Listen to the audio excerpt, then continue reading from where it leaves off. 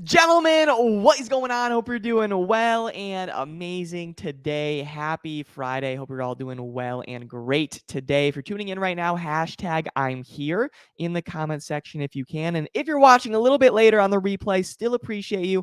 Make sure you hashtag replay in the comment section. I'm excited about today. We're going to be talking about emotional eating, how to stop your emotional eating, because I know a lot of you guys, especially when you're coming home from work and it's late and you don't have food prepared, you kind of just go to what is quick and easy and convenient, and you're also just relying on your emotions when it comes to your hunger. And that's maybe why you're struggling with some weight gain, you're struggling with some confidence issues, you're struggling with diet. All right, so I want to help you out. I'm excited. See some people tuning in. I love it. What is going on, everybody? So what I am going to do, I'm going to start the countdown right now, and we will get into it, and stay the whole time because it is going to be really good. We're going to be talking about two major keys that will help you get over your emotional eating. All right, so let's get into it, and we'll go from there. All right, 3, 2, 1. What is going on, everybody? Welcome back to the Men's Fat Loss Made Easy podcast, where I'm here to give you the best tips and tricks that you could use on your fat loss journey. Today, we will be talking about how to stop your emotional eating. And gentlemen, I wanted to bring this up today because I know many of you are emotional eaters. When you get stressed, when you get extra busy, especially when it comes to work, when you're feeling down, you rely on food to make yourself feel better. You come home, you had a really long day at work, and you just grab the quickest thing near you. Maybe it's fast food on the way home because you're just so beat. You're just so exhausted. You're not going to want to cook. You're not going to want to do any of that. You're just like, all right, like what's the quickest thing for me? What can I do? Easy, convenient. You're not even thinking about your health.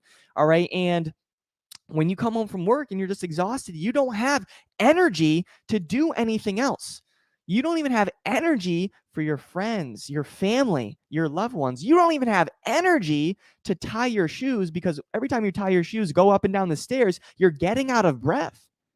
And gentlemen, right now it's spring and summer's literally around the corner. And I don't want you feeling comfortable in your body as these warmer months start to approach.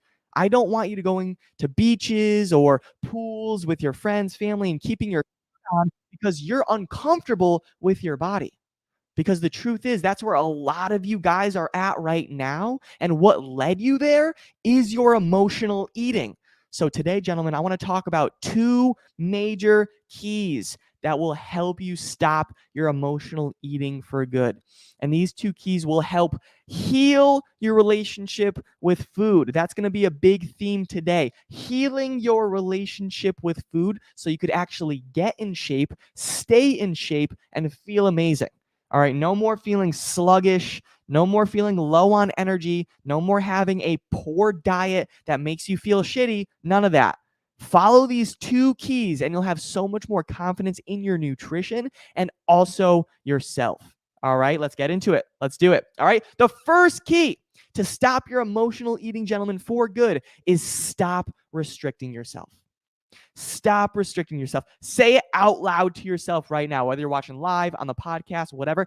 I will stop restricting myself. I see too many guys that are cutting certain foods out of your diet, just trying to like lose some weight, just trying to get healthier. I talk to so many guys who are like, yeah, I'm trying to get healthier. I cut carbs, I cut this, I cut that, and I bite my tongue because that's not what you want to do. And I used to make the same mistake. But when you cut foods from your diet, this only leads you to want them even more. All right, because what will happen is you'll restrict your favorite foods, and then you'll give yourself a chance to maybe just have a couple pieces of that food that you're restricting, and then you completely binge. You're like, oh, I deserve a couple cookies. Like, I deserve a little bit of this. And then you have the whole bag. You finished the whole plate. You had all the ice cream. You had all the cookies. You had all the chips because you haven't had them in a while because you've been restricting yourself.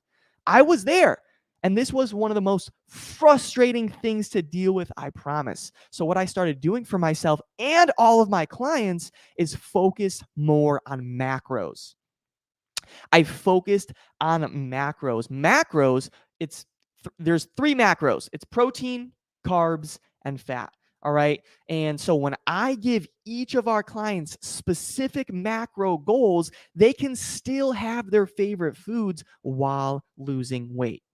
You can still hit your total calorie goal for the day while fitting in some pizza, chips, or ice cream. All right. And I do that purposely because I don't want them to restrict themselves, because that is never going to help them. That's what I do with my coach as well. I have specific calorie and macronutrient goals, which allows me to still go out and enjoy myself and have flexibility with my diet. Because you don't want to be that person, guys. Like, you're going on vacation, you're going on restaurants, and you're literally just getting a plate of lettuce. You're just getting salad, and you can't have the appetizers. You can't have the fun, exotic dinners or whatever it is, because it's not on the diet plan. That's BS, and that's why you're stuck. You have to stop restricting yourself. You need to learn how to lose weight sustainably while enjoying your favorite foods, because that will heal your emotional eating. It'll get you to stop your emotional eating. All right? Makes sense? Awesome. Love it. That's the first key. Gentlemen, stop the restrictions. And now, the second key that will help stop your emotional eating for good is stop relying on food as a crutch.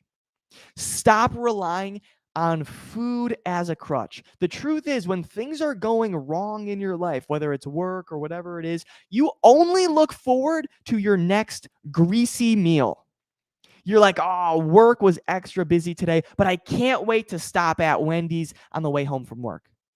You use food as a crutch to get you over certain stressors in life.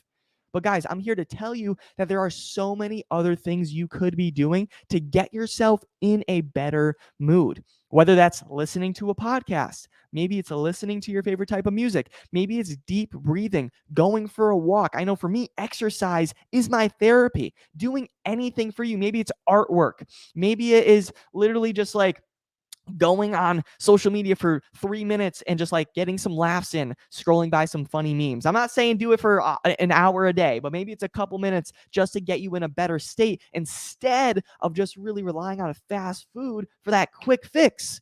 Because, all right, you could go get that fast food, but how are you going to feel after, guys? When you look in the mirror and you see that big belly and you know you're slowly killing your health, how does that make you feel?